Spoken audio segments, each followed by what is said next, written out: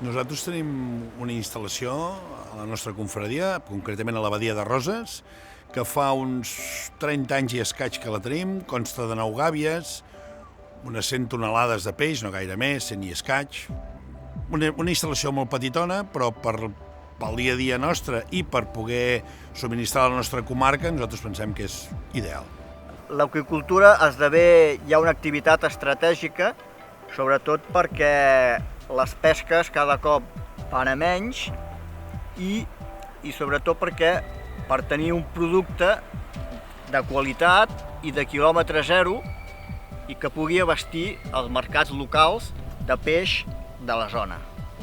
Vam començar gairebé com una planta pilot, de fet va ser les primeres gàbies que es van instal·lar en tota la península ibèrica.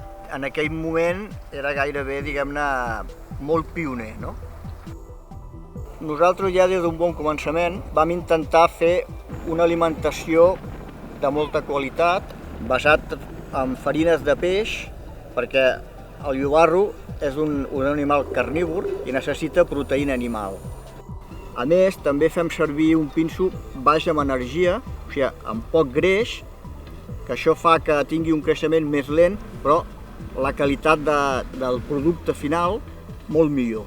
Pel que fa als alevins, ara actualment els estem comprant a França, els estem entrant entre uns 5 i uns 10 grams de mitja aproximadament, i amb tots els certificats sanitaris, de vacunes, i amb totes les condicions higièniques adients perquè ens arribin amb les millors condicions possibles.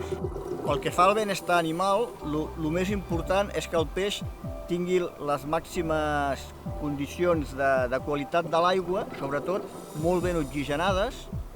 Això ho aconseguim amb unes xarxes el més netes possibles, fent els canvis de xarxa quan és necessari perquè hi hagi el màxim intercanvi d'aigua i que estigui molt ben oxigenades.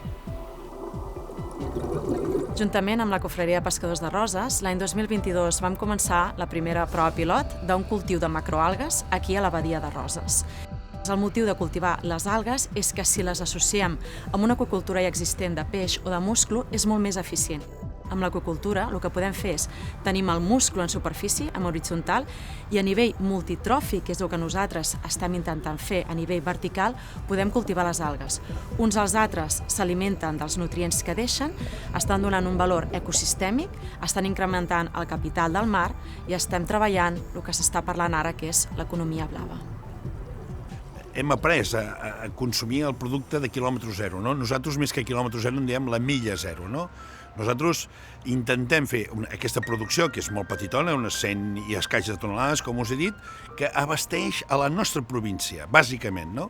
I això nosaltres el que creiem que és l'èxit d'això, no? Vull dir, la gent té un llobarro i una orada de l'Abadia de Roses, de la Confraria de Roses, i al final el que fa això és territori, milla zero, proximitat. Això és l'objectiu, un dels objectius que nosaltres teníem i que a dia d'avui s'està complint.